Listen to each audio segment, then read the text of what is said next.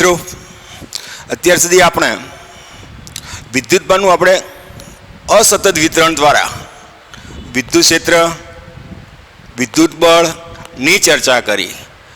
આજે આપણે વિદ્યુતભારનું સતત વિતરણ વડે તેમના વચ્ચે લાગતું બળ, કોઈ અન્ય વિદ્યુતભાર પર લાગતું બળ અને વિદ્યુત ક્ષેત્રની ચર્ચા, એટલે કે વિદ્યુતભારનું સતત વિતરણની આપણે ચર્ચા કરીશું. પરીક્ષામાં પૂછી શકાય તેમાંનો પ્રશ્ન છે.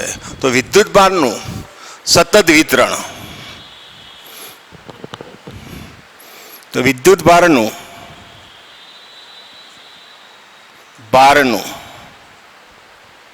સતત વિતરણની સમજૂતી આપીશું. તો પ્રશ્ન તમને આ રીતે પૂછાય. પ્રશ્ન: વિદ્યુતભારનું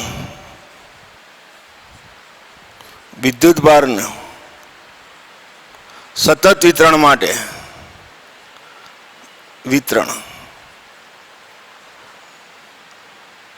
માટે રેખીય વીજભાર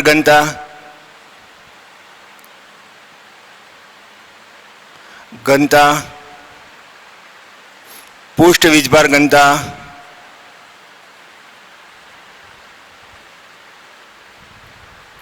અને કદ વીજભાર ઘનતા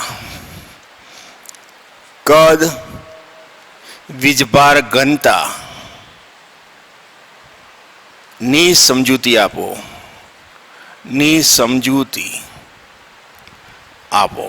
પ્રશ્ન તમને આવો પૂછી શકાય તેમાંનો પ્રશ્ન કહેવાય. તો હવે આપણે મિત્રો શું કરીએ, પહેલા તો સતત વિતરણ એટલે શું? તો અત્યાર સુધી આપણે આ પ્રકારનું વિદ્યુતભારનું વિતરણ સમજીને આવ્યા. આ વિદ્યુતભાર છે બધા,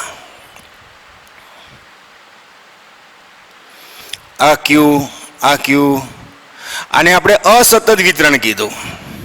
આ અસતત છે, પરંતુ વિદ્યુતભાર આ રીતે હોય. જો કોઈ રેખા પર આવેલો હોય, આ રીતે રેખા પર આવેલો હોય, આ એકબીજાની બિલકુલ નજીક છે, આજે રેખા પર આવેલો હોય તો એને રેખીય વિદ્યુતભાર વિતરણ કહેવાય. રેખા પર આવેલો તો રેખીય વીજભાર વિતરણ, સપાટી પર આવેલો તો પૃષ્ઠ વીજભાર વિતરણ, અને કદની અંદર આવેલો હોય તો કદ વિદ્યુતભાર વિતરણ. આ ત્રણેયની ચર્ચા આપણે કરીશું. તો એના પેલા કુલ 3 પ્રકાર. તો સતત વિતરણમાં પહેલું વિતરણ, આના કુલ 3 પ્રકાર છે. એનો પહેલો ભાગ રેખીય વીજભાર વિતરણ. રેખીય વીજભાર વિતરણ તો પહેલો પ્રકાર.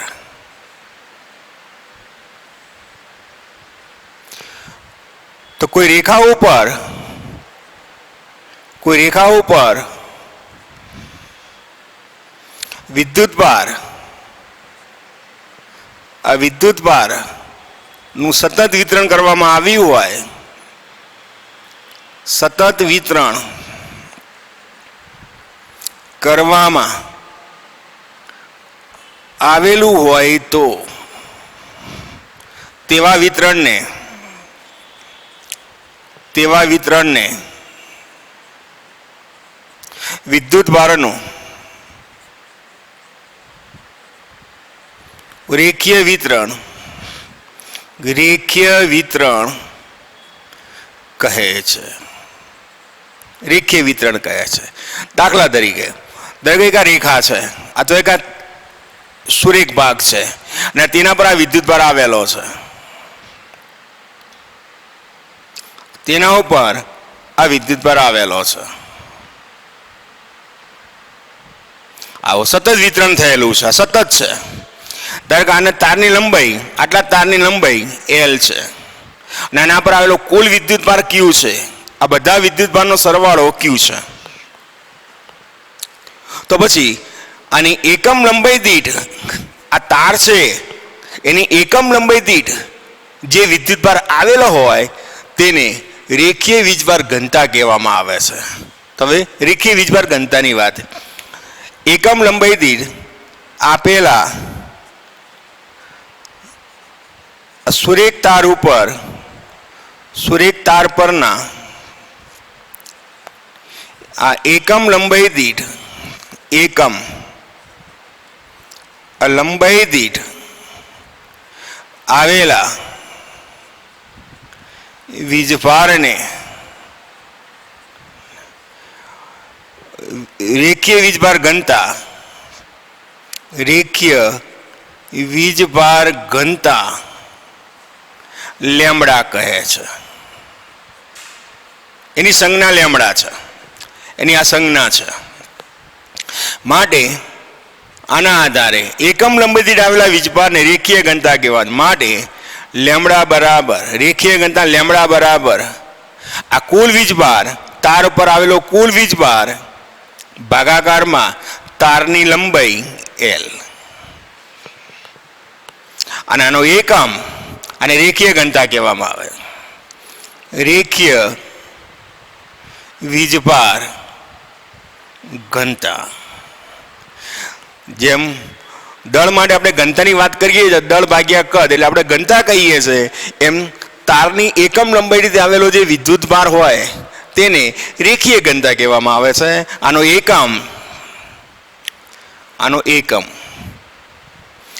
એકમ વીજભારનો એકમ કુલમ અને લંબાઈનો એકમ મીટર. અને પારિમાણિક સૂત્ર મિત્ર હંમેશા જાતે બનાવવાનું. पारिमाणिक सूत्र देखो m0 लंबाई ऊपर जैसे L-1 T0 અને Q1 આ એનું પારિમાણિક સૂત્ર. હવે મિત્રો જોઈએ અહીંયા જોઈએ આ તમારો પ્રશ્ન અનુકૂળ વિતરણમાંનું પહેલું વિતરણ પૂરું થયું, રેખીય વીજભાર ઘનતા. હવે આટલો પ્રશ્ન પછી આપણે પુરુષ વીજભાર ઘનતા ચલાવીએ તે પહેલા આના ઉપર આધારિત જી નીટ અને ગુજકેટ પર આધારિત થોડોક પરિચય મેળવી દઈએ. તો પહેલા તો જી, હવે નોંધમાં આ જી નીટ અને ગુજકેટ પર આધારિત ગુજકેટ માટે તો અહીંયા ત્રણ મુદ્દા યાદ રાખવાનો. જો આ વિદ્યુત ભાર અને રેખીય ઘનતા કોઈનું વિધેય ના હોય, પહેલો મુદ્દો. આ રેખીય વીજભાર ઘનતા લેમ્બડા અચળ હોય ત્યારે તાર પરનો રેખા પરનો, જેને આપણે તાર કહીએ છીએ, તાર પરનો વીજભાર મેળવવા માટે Q બરાબર લેમ્બડા ઇન્ટુ L સૂત્ર વાપરવાનું. આ સૂત્ર વાપરવાનું. Q ને કરતા બનાવશો તો Q બરાબર લેમ્બડા L. આ સૂત્ર વાપરવાનું. દાખલા તરીકે એક MCQ લઈ લઉં છું, આના ઉપર આધારિત એક MCQ.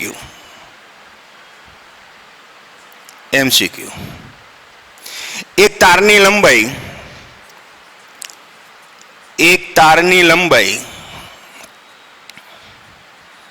2 મીટર છે અને તેની રેખીય વીજભાર ઘનતા લેમ્બડા બરાબર 3 કુલમ પ્રતિ મીટર હોય તો તાર પરનો વીજભાર શોધો. देखो અહીંયા અચળ છે, લેમ્બડા બરાબર 3 છે, કોઈ વિધેય નથી. આવા સંજોગોમાં સૂત્ર વાપરવાનું. તો માટે Q બરાબર સૂત્ર જાણો છો, Q બરાબર લેમ્બડા ઇન્ટુ L. લેમ્બડા બરાબર 3, L બરાબર 2.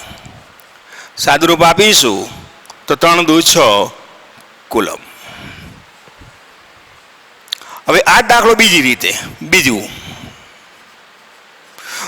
જો આ રેખીય વીજભાર ઘનતા, આ રેખીય વીજભાર ઘનતા કોઈનું વિધેય હોય, લંબાઈ પર આધારિત હોય, જુદા જુદા બિંદુ આગળ વિદ્યુત ભાર જુદો જુદો હોય, એટલે કે વિધેય હોય, તેવા સંજોગોમાં તમારે આ સૂત્ર વાપરવાનું. બીજું ઇન્ટ બીજા માટે, જો રેખીય વીજભાર ઘનતા, આ રેખીય વીજભાર આ ઘનતા એ લંબાઈ પર આધારિત હોય, આ લંબાઈ પર આધારિત હોય અર્થાત વિધેય હોય, એ લંબાઈનું વિધેય હોય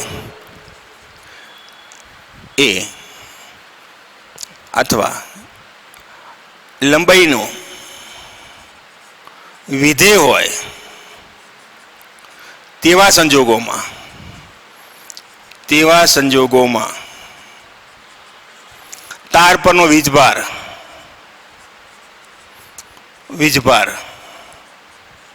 શોધવા માટે દેખો વિધેયની વાત કરી ત્યારે અહીંયા જાણો છો ત્યારે આ સૂત્ર લેવાનું, Q બરાબર સંકલન લેમ્બડા ઇન્ટુ ડીએક્સ, તારની લંબાઈ 0 થી L, ત્યારે આ સૂત્ર લેવાનું. આ સૂત્રના સૂત્ર એક જ છે, ડીએક્સ નું સંકલન કરશો એટલે x આવશે અને લિમિટ મૂકશો એટલે L આવી જશે. આ સૂત્રના સૂત્ર એક જ છે. કેવી રીતે? દેખો સંકલન આ ડીએક્સ 0 થી L, આનું સંકલન કરશો એટલે x આવશે, આ 0 થી L, L ની કિંમત મૂકશો તો L -0 એટલે L આવી જશે. સૂત્ર બદલાશે નહીં, પણ આ વિધેય હોય ત્યારે આ સૂત્ર લેવાનું. તો હવે શું થયું? તો આના પર આધારિત એક MCQ લઈ લઈએ. આના પર આધારિત આપણે MCQ લઈએ. તો એનો MCQ કઈ રીતે લેવાય? દેખો અહીંયા જોઈ લો,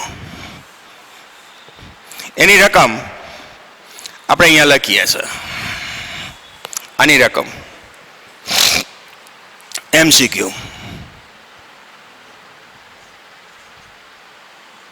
એક તારની લંબાઈ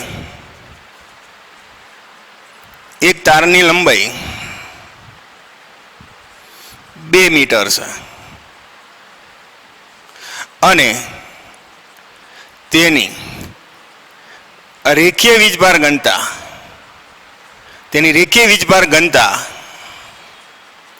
લેમ્બડા બરાબર 2x + 1 હોય તો તાર પરનો વીજભાર શોધો. દેખો અહીંયા વિધેય આવી ગયું, અહીંયા જોશો. દેખો આ વિધેય x પર આધારિત છે. દેખો આ x પર આધારિત આ લેમ્બડા છે. આવા સંજોગોમાં આ સૂત્ર લેવાનું. તો પછી આના માટે અહીંયા દેખીએ, તાર પરનો વીજભાર Q બરાબર સંકલન લેમ્બડા ઇન્ટુ ડીએક્સ. ક્યાંથી ક્યાં સુધી? તારની લંબાઈ 0 થી L, તારની લંબાઈ દેખો 2 મીટર એટલે 0 થી 2 લેમ્બડા ઇન્ટુ ડીએક્સ બરાબર 0 થી 2. લેમ્બડાની કિંમત આ મૂકી દઈએ તો 2x + 1 ઇન્ટુ ડીએક્સ બરાબર, છૂટું પાડો અને છૂટું પાડો, પહેલા આનું સંકલન ને આનું સંકલન જુદું પાડો, 2x ઇન્ટુ ડીએક્સ વત્તા dx 0 થી 2. ચાલો આનું સંકલન થાય, તો આનું સંકલન કરીશું. દેખો આનું સંકલન કરીશું તો આનું સંકલન બરાબર 2, કોમન કાઢો 0 થી 2 x ઇન્ટુ dx વત્તા સંકલન 0 થી 2 dx. હવે આનું સંકલન કરી તો 2, આનું સંકલન x 0 થી 2 વત્તા સંકલન x 0 થી 2. ઉપલી પ્લસ કરો નીચલી માઇનસ કરો બરાબર. x ની જગ્યાએ એક વખત 2 મૂકો, x ની જગ્યાએ એક વખત 0 મૂકો વત્તા x ની જગ્યાએ એક વખત 2 મૂકો 0 મૂકો. સાદુરૂપ આપો તો 2 × 2 = 4 વત્તા 2 બરાબર 6 કુલમ.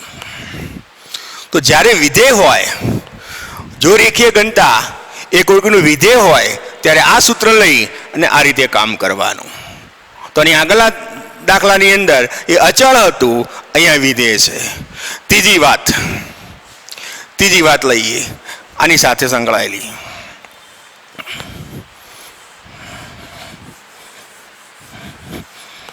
આ જી નીટ સાથે સંકળાયેલી ત્રીજી વાતની અંદર આ જે તાર છે અત્યારે સુરેખ છે, દેખો આ સુરેખ છે અને આટલો ભાગ આપણે એને ડીએક્સ કહીએ. આટલો જે ભાગ છે એને ડીએક્સ કહીએ, આ ડીએક્સ કહીએ આટલા ભાગને. હવે આને વાળી દેવામાં આવે અને વાળીને વર્તુળ બનાવી દઈએ. દેખો આને વાળીને દેખો આ વર્તુળ બનાવી દઈએ. તો આપેલ સુરેખ તાર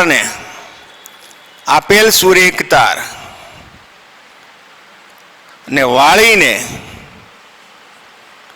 આ વર્તુળ બનાવી દેવામાં આવે તો તેના આ વર્તુળના પરિઘ પરનો આ વીજભાર મેળવવા માટે તો હમણાં સૂત્ર વાપર્યું Q બરાબર લેમડા ઇન્ટુ ડીએક્સ. વાળીને વર્તુળ બનાવી દેવામાં આવે. દેખો આને વાળીને વર્તુળ બનાવી દઈએ.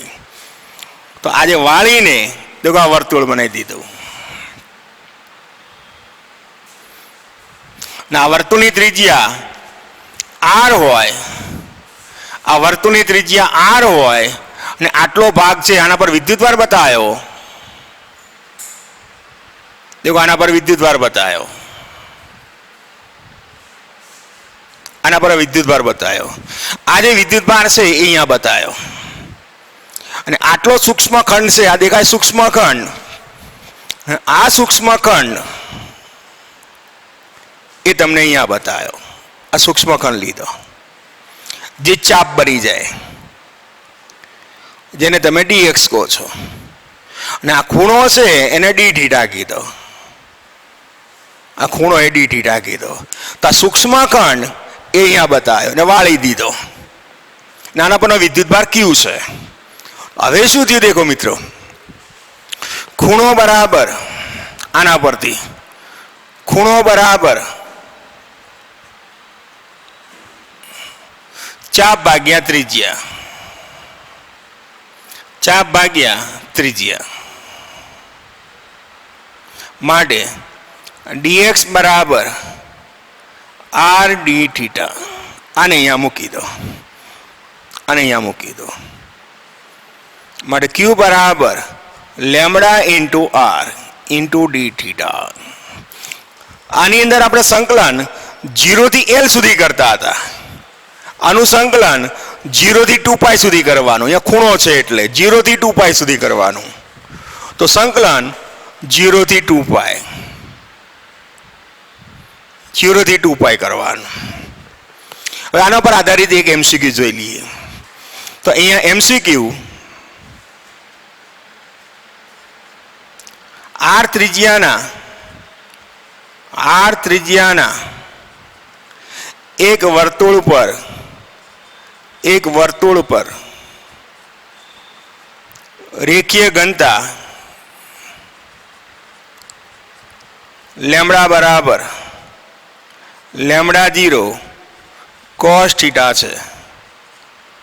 તો વર્તુળના પરિઘ પરનો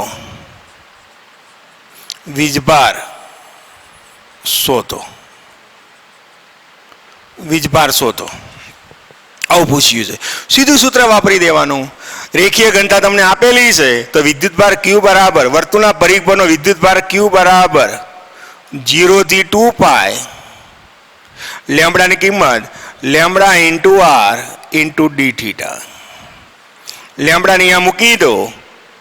માટે Q બરાબર 0 થી 2π લેમ્બડાની કિંમત લખીશું lambda 0 cos theta into R into D theta. સાદરૂપ આપી માટે ક્યુ બરાબર લેમડા 0 કોમન કાઢો, આર પણ કોમન કાઢો, 0 થી 2 pi cos theta into D theta. કોસનું સંકલન થાય sine theta lambda 0 into R into sine theta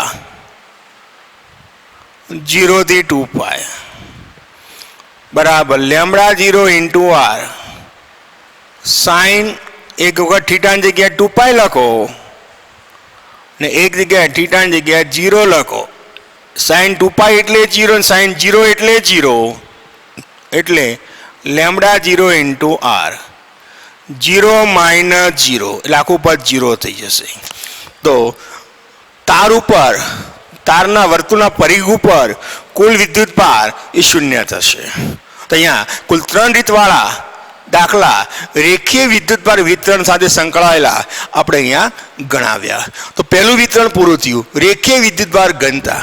પરીક્ષામાં તમને પૂછ્યું તો આટલે સુધી જ લખવાનું, પણ વધારે જીએ નીટ અને ગુજકેટની તૈયારી કરવી હોય તો તમને મેં સમજાવ્યું એમ 3 અલગ અલગ ઉદાહરણ દ્વારા તમને આની સમજૂતી આપી. તો આના સૂત્રો ક્યારે કયું વાપરવાનું એની તમને વિશેષ સમજૂતી આપી. એ જ રીતે આના વિદ્યુત ક્ષેત્ર શોધવા માટે પણ આગળ જતા આપણે એનો અભ્યાસ કરતા રહીશું. મિત્રો હવે પૃષ્ઠ વીજભાર ઘનતા બીજું વિતરણ આવ્યું, પૃષ્ઠ વીજભાર ઘનતા. તો એની અંદર શું કરવાનું, જ્યાં રેખા લખેલું છે ત્યાં પૃષ્ઠ લખી દેવાનું. આગલા પોઈન્ટની અંદર જ્યાં રેખા લખેલું ત્યાં પૃષ્ઠ વીજભાર વિતરણ, પૃષ્ઠ વીજભાર વિતરણ. તો કોઈ રેખાની જગ્યાએ કોઈ પૃષ્ઠ ઉપર પૃષ્ઠ કરી દેવાનું. રેખા જ્યાં લખ્યું ત્યાં પૃષ્ઠ કરી દો. કોઈ પૃષ્ઠ પર વિદ્યુતભારનું સતત વિતરણ કરવામાં આવ્યું હોય તો તેવા વિતરણને વિદ્યુતભારનું પૃષ્ઠ વિતરણ કહેવામાં આવે છે. પૃષ્ઠ વિતરણ એની આકૃતિ આવી બનાવી દે. સપાટી પરનું વિતરણ એ આવું હોય. હવે આપેલા સુરેખતાની જગ્યાએ આપેલા પૃષ્ઠ પરને એકમ ક્ષેત્રફળ દીઠ આવેલા વિદ્યુત ભારને રેખીય વીજભાર ઘનતાની જગ્યાએ પૃષ્ઠ વીજભાર ઘનતા સિગ્મા કહે છે. સિમ્બોલ બદલાઈ ગયો, આની સંજ્ઞા સિગ્મા છે. માટે સિગ્મા બરાબર ક્યુ અપોન એલ ની જગ્યાએ આનું ક્ષેત્રફળ એ હોય, જ્યાં એ બરાબર ક્ષેત્રફળ, તો ક્ષેત્રફળ વડે ભાગી દો, જેને પૃષ્ઠ વીજભાર ઘનતા કહેવામાં આવે છે. તેને પૃષ્ઠ વીજભાર ઘનતા કહેવામાં આવે છે. તેનો એકમ કુલમ પ્રતિ મીટર સ્ક્વેર અને એનું પારિમાણિક સૂત્ર ઉપર લઈ જઈશું એટલે -2 થઈ જશે. અને અહીંયા Q1. તો પેલી આગળની થિયરી ઉપર જ, આની આગળની જે થિયરી ભણ્યા તેના ઉપર જ સ્લાઇડ શબ્દ બદલી દો, રેખાની જગ્યાએ પુશ કરી દો અને લંબાઈની જગ્યાએ ક્ષેત્રફળ લખી દો, તો તમારો આન્સર તમને મળી જશે. આના જેમ રેખીય વિદ્યુતભાર વિતરણ પર આધારિત આપણે અલગ અલગ રીતના દાખલા તમને સમજાવ્યા, એમ આ પૃષ્ઠ વીજભાર વિતરણ ઉપરના અલગ અલગ રીતના દાખલા તમને હું આજે આપણા વોટ્સઅપ ગ્રુપની અંદર એ મૂકી દઈશ, જેથી તમને એના ઉપરનો મહાવરો મળી રહે, પ્રેક્ટિસ તમને કરવા મળી રહે. તો આના દાખલા હું વોટ્સઅપ ગ્રુપ પર હું અલગ મૂકીશ, જેની ચર્ચા આપણે અલગ કરીશું. અને ત્રીજું વિતરણ આવ્યું કદ વીજભાર ઘનતા. ત્રીજું વિતરણ, તો એમાં શું કરવાનું મિત્ર, દેખો આ 3 નંબર આવ્યો. 3 નંબરમાં કદ વીજભાર, પૃષ્ઠની જગ્યાએ કદ વીજ લખી દો, પૃષ્ઠની જગ્યાએ કદ લખી દો. તો કોઈ કદ પર, કોઈ કદમાં વિદ્યુતભારનું સતત વિતરણ કરવામાં આવેલું હોય તો તેવા વિતરણને વિદ્યુતભારનું કદ વિતરણ કહે છે. કદની અંદર કરવામાં આવ્યું હોય તો એના માટેની સમજૂતી આપી, એની સમજૂતી ધારો કે આ કદ બતાવીએ, જો કે આ કદ બતાવ્યું, અને આની અંદર આ વિદ્યુતભાર આવેલો છે, આ કદની અંદર આ વિદ્યુતભાર આવેલો છે.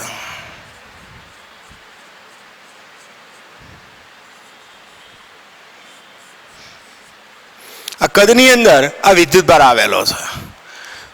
તો પછી આપેલા કદમાં, તો આપેલા એકમ કદમાં, આપેલા કદના એકમ કદ દીઠ આવેલા વિદ્યુતભારને કદ વીજભાર ઘનતા ρ કહે છે. એનો સિમ્બોલ ρ છે અને એનું સૂત્ર આવશે ρ બરાબર Q/V, જ્યાં V બરાબર કદ છે, જ્યાં V બરાબર કદ વીજભાર ઘનતા છે, જ્યાં કદ છે આનું કદ V હોય, અને આ કદ વીજભાર વિતરણ છે, કદ વીજભાર અવિતરણ છે. આના પરનો કુલ વિદ્યુતભાર Q હોય તો આ રીતે લખવાનું. એનો એકમ લખીએ તો કુલમ પ્રતિ મીટરનો ઘન, કદનો એકમ મીટરનો ઘન, પારિમાણિક સૂત્ર અહીંયા ઘન આવી જશે. તો ત્રણેય થિયરીમાં તમારે મિત્રો પહેલી થિયરી યાદ રાખવાની. જો રેખીય વિદ્યુતભાર વિતરણ તમને યાદ રહે તો પછી તરત જ પૃષ્ઠ માટે વિતરણ માટે જ્યાં લંબાઈ હોય ત્યાં પૃષ્ઠ લખી દો, અને જ્યાં રેખીય ઘનતા છે ત્યાં પૃષ્ઠ ઘનતા લખી દો. એ રીતે કદ માટે તો કદની અંદર તો જ્યાં રેખા લખેલી હતી ત્યાં કદ લખી દો, અને જ્યાં ક્ષેત્રફળ લખેલું છે ત્યાં એકમ કદ લખી દો, અને થિયરી તમારી પૂરી થઈ જશે. હવે મિત્રો દેખો, જી નીટ અને ગુજકેટ પર આધારિત પહેલો મુદ્દો અહીંયા, હંમેશા વિદ્યુત ભાર સુવાહક માટે સપાટી ઉપર જ રહે, કદની અંદર ક્યારે પણ વિદ્યુત ભાર રહી શકે નહીં. તો આ હંમેશા મિત્રો યાદ રાખજો. સુવાહક પદાર્થ માટે વીજભાર હંમેશા પૃષ્ઠ પર જ રહે, તે ક્યારેય પણ કદમાં રહી શકે નહીં. એનો મતલબ એ થયો, સુવાહક માટે પૃષ્ઠ ઘનતા સિગ્મા બરાબર નોટ 0 અને કદ ઘનતા ρ બરાબર 0. આ કેના જેવી વાત છે મિત્રો? કોઈ પાણીની ટાંકી હોય અને તેમાં પ્લાસ્ટિકના દડાને ડુબાડવામાં આવે તો પ્લાસ્ટિકના દડા હંમેશા સપાટી પર આવી જાય, ક્યારે પણ પાણીની ટાંકીમાં રહી શકે નહીં. તો પોલા પ્લાસ્ટિકના દડાને જો પાણીમાં ડુબાડવામાં આવે તો ક્યારે પણ પાણીની ટાંકીમાં રહી શકે નહીં, એ હંમેશા પાણીની સપાટી પર આવી જાય. તેમ વિદ્યુત ભાર સુવાહકની અંદર મૂકવામાં આવે તો પણ એ સપાટી પર આવી જાય. માટે કદ ઘનતા દેખો શૂન્ય હોય, પૃષ્ઠ ઘનતા કદાપી શૂન્ય ના હોય સુવાહક માટે. તો હંમેશા યાદ રાખીશું મિત્રો. મહત્વની ભૌતિક રાશિ વિદ્યુત ફ્લક્સનો હવે આપણે અભ્યાસ કરવાનો છે. આ વિદ્યુત ફ્લક્સ છે તમારે આ ચેપ્ટરમાં આવશે, અને આગળ જતા ચુંબકીય ફ્લક્સની અંદર પણ આનો કન્સેપ્ટ આવશે. બંનેનો કન્સેપ્ટ પેરેલલ ચાલે છે, બંને એક જેવા જ કન્સેપ્ટ છે. પણ સ્લાઇડ અહીંયા વિદ્યુત ફ્લક્સ વાપરીશું, ત્યાં ચુંબકીય ફ્લક્સ શબ્દ વાપરીશું. એનો અર્થ સમજી લઈએ. પહેલાં તો ફ્લક્સ શું છે સમજી લઈએ. તો વિદ્યુત ફ્લક્સને દર્શાવવા માટે આપણે ફાઈ સિમ્બોલ વાપરીશું. તેને ગણિતીય રીતે અને આ રીતે વ્યાખ્યાયિત કરવામાં આવે છે. ફાઈ બરાબર E ડોટ A. E એટલે વિદ્યુત ક્ષેત્ર અને A એટલે ક્ષેત્રફળ. કોઈ સપાટી સાથે કેટલી ક્ષેત્ર રેખાઓ સંકળાયેલી છે તેનું માપન કરી આપતી જે રાશિ હોય તેને વિદ્યુત ફ્લક્સ કહેવાય. વિદ્યુત ફ્લક્સ એ અદિશ રાશિ છે. તો તેને આપણે આ રીતે વ્યાખ્યાયિત કરીશું. તો વિદ્યુત ફ્લક્સ એ વિદ્યુત ક્ષેત્ર રેખાઓની સંખ્યા આપે. એનો અર્થ હવે આપણે સમજીએ. તો પ્રશ્ન પરીક્ષામાં પૂછી શકાય તેમાંનો છે તો કેન્દ્ર પર રહેલા બિંદુવત વિદ્યુતભાર ક્યુને ઘેરતા r ત્રિજ્યાના ગોળામાંથી પસાર થતું વિદ્યુત ફ્લક્સ નું સૂત્ર મેળવો અથવા ગાઉસનો નિયમ મેળવો. તો સૌપ્રથમ આપણે એક r ત્રિજ્યાનું એક આ વર્તુળ લઈએ. આ r ત્રિજ્યાનું એક આ વર્તુળ છે. એનું કેન્દ્ર O છે અને આ r ત્રિજ્યાનું એક આ વર્તુળ છે. r ત્રિજ્યાનું કે વર્તુળ. તો આકૃતિમાં દર્શાવ્યા પ્રમાણે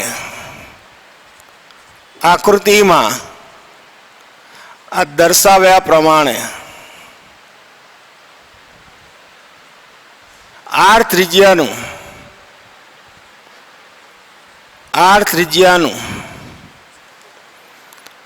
વર્તુળ છે. તેના કેન્દ્ર ઉપર Q વીજભાર આવેલો છે. અહીંયા કેન્દ્ર ઉપર દેખો Q વિદ્યુતભાર મૂકેલો છે. અહીંયા આ ગોળાની સપાટી ઉપર સૂક્ષ્મ ક્ષેત્રખંડ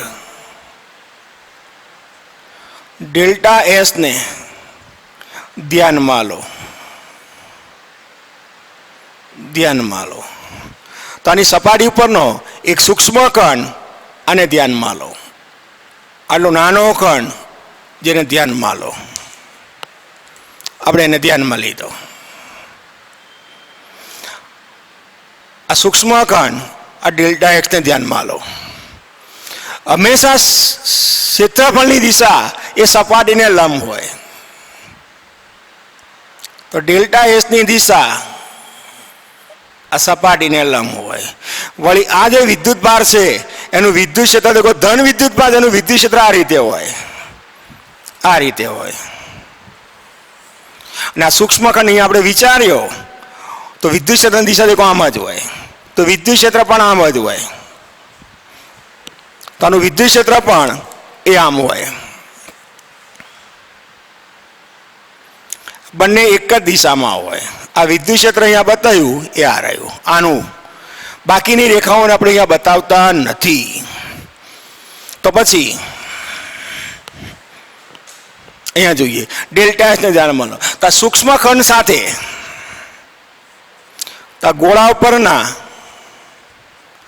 ગોળા પરના સૂક્ષ્મ ખંડ ડેલ્ટા એસ સાથે આ સંકળાયેલું ફ્લક્સ ડેલ્ટા ફાઈ હોય તો ડેલ્ટા ફાઈ બરાબર આ ઈ ડોટ ડેલ્ટા એસ. અહીંયા ક્ષેત્રફળ ડેલ્ટા એસ છે, અહીંયા ક્ષેત્રફળ એ હતું, અહીંયા ક્ષેત્રફળ ડેલ્ટા એસ લખ્યું. આ ઈ અને ડેલ્ટા એસ એક જ દિશામાં છે, બંને એક જ દિશામાં, એટલે થીટા 0. ડેલ્ટા ફાઈ બરાબર ઈ into delta S cos theta, પરંતુ થીટા બરાબર 0, બંને એક જ દિશામાં છે એટલે થીટા 0. માટે ડેલ્ટા ફાઈ બરાબર ઈ ઇન્ટુ ડેલ્ટા એસ. પરંતુ આ ક્યુ થી આર જેટલા અંતર દેખો, ક્યુ થી આર જેટલા અંતરે, હવે ક્યુ થી આર જેટલા અંતર, પરંતુ વિદ્યુત ક્ષેત્ર ઈ બરાબર 1/4 pi epsilon 0 Q upon R square. વિદ્યુત ક્ષેત્રનું સૂત્ર ક્યુ થી આર જેટલા અંતરે વિદ્યુત ક્ષેત્રનું સૂત્ર. આ ઈ ને અહીંયા મૂકી દો, આ ઈ છે ને અહીંયા મૂકી દો. માટે ડેલ્ટા ફાઈ બરાબર 1/4 pi epsilon 0 Q upon R square. Into delta S. તો અહીંયા આટલા સૂક્ષ્મ ખંડ સાથે આ સંકળાયેલું ફ્લક્સ આવ્યું, પણ આવા બધા જ ખંડ સાથે, આવા નાના નાના બધા જ ખંડ સાથે સંકળાયેલું ફ્લક્સ મેળવવું હોય તો કુલ ફ્લક્સ કહીશું તો ગોળા સાથે સંકળાયેલું, ગોળાની સપાટી સાથે સંકળાયેલું કુલ ફ્લક્સ માટે, તો સરવાળો કરતા સરવાળા માટે આપણે સિગ્મા વાપરીએ છીએ. માટે કુલ flux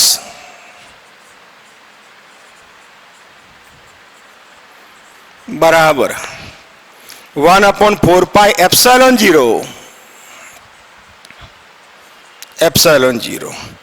into q upon r square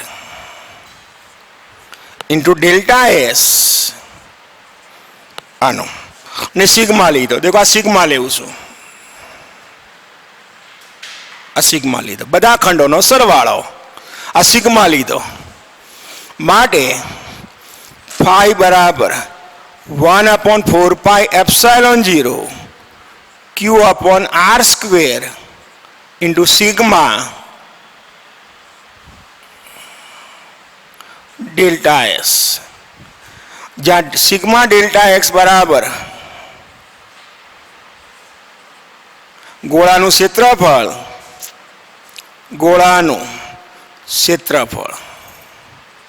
અને ગોળાના ક્ષેત્રફળનું સૂત્ર તમે જાણો છો 4πr², અને અહીંયા મૂકી દો.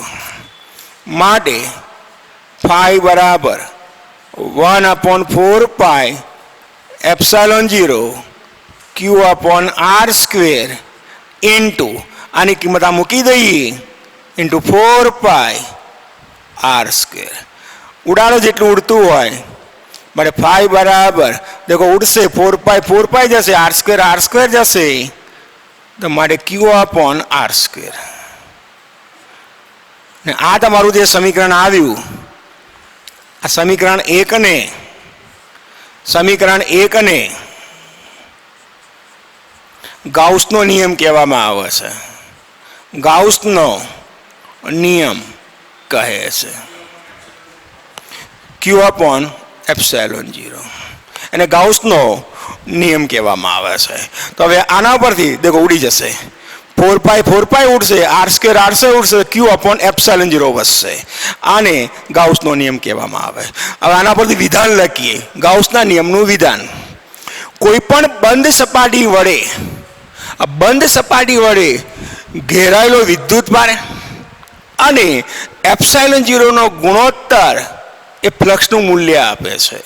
તો કોઈ પણ બંધ સપાટી સાથે સંકળાયેલું ફ્લક્સ એટલે તે બંધ સપાટી વડે ઘેરાયેલો વિદ્યુતભાર અને ε0 ના ગુણોત્તર બરાબર હોય છે, જેને ગાઉસનો નિયમ કહેવામાં આવે છે. તો મિત્રો અહીંયા આના સાથે સંકળાયેલા જી અને નીડ સાથે સંકળાયેલા, તો જી અને નીડ સાથે સંકળાયેલા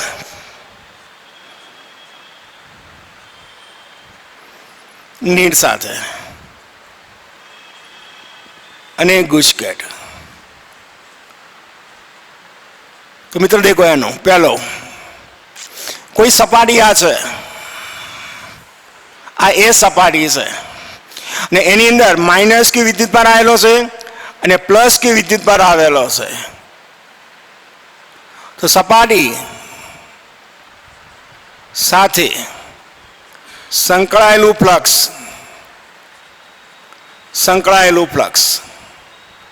તો દેખો આ સપાટી વડે આ વિદ્યુતભારે ઘેરાયેલો છે, આ વિદ્યુતભાર ઘેરાયેલો વિદ્યુતભાર શું થઈ ગયો? શૂન્ય. કે આ પ્લસ છે ને આ શું છે? માઇનસ. તો ઘેરાયેલો વિદ્યુતભાર શૂન્ય થઈ ગયો તો આનું ફ્લક્સ શૂન્ય થઈ જાય. તો આ ક્યુ કયો લેવાનો? ઘેરાયેલો વિદ્યુતભાર લેવાનો. પ્લસ માઇનસ જે હોય તો અહીંયા ઘેરાયેલો વિદ્યુતભાર, देखो घेराયેલો વિદ્યુતભાર આ Q બરાબર આને આનો સરવાળો, જે કઈ વિદ્યુતભાર હોય એનો સરવાળો કરી દેવાનો બરાબર 0. તો માટે ફાઈ બરાબર આ સૂત્ર પ્રમાણે ફાઈ બરાબર Q upon એપ્સિલોન 0 બરાબર 0. તો મિત્રો યાદ રાખવાનું, સપાટી વડે ઘેરાયેલો કુલ વિદ્યુતભાર લેવાનો અને ગણતરી કરવાની. જો આ રીતે હોય તો બીજું ઉદાહરણ આપો. બીજું ઉદાહરણ,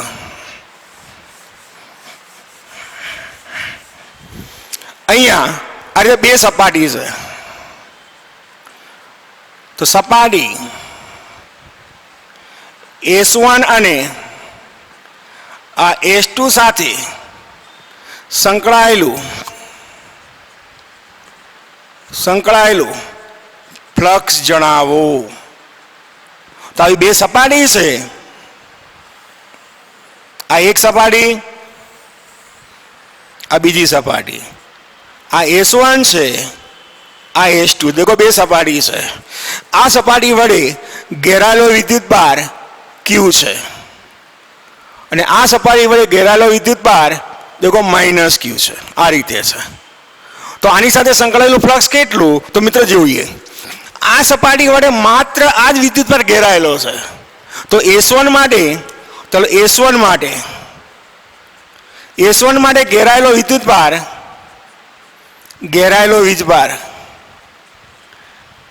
Q છે. આ એકલો જ છે. માટે એનું ફ્લક્સ phi S1 બરાબર Q upon epsilon 0 બરાબર Q upon epsilon 0. અને S2 માટે ઘેરાયેલો વીજભાર, દેખો આ સપાટી વડે ઘેરાયેલો વિદ્યુતભાર આ પણ કહેવાય ને આ કહેવાય, બંને કહેવાય. આ સપાટી વડે ઘેરાયેલો વિદ્યુતભાર આ પણ કહેવાય ને આ કહેવાય, બંને કહેવાય. એટલે 0 થઈ જશે. આ પ્લસ છે ને માઇનસ છે આના માટે. તો પછી આના માટે સંકળાયેલું પ્લસ phi S2 બરાબર Q upon epsilon 0. ઘેરાયેલો વિદ્યુતભાર 0 એટલે ફ્લક્સ 0. એનો મતલબ એ થયો આની સાથે ફ્લક્સ સંકળાયેલું હશે, આની સાથે ફ્લક્સ સંકળાયેલું હશે નહીં. જોઈ લો, આના વડે ઘેરાયેલો વિદ્યુતભાર પ્લસ Q છે, આના વડે ઘેરાયેલો વિદ્યુતભાર આ પણ કહેવાય ને આ કહેવાય, બંને અંદર કહેવાય. માટે 0 થશે. Thank you.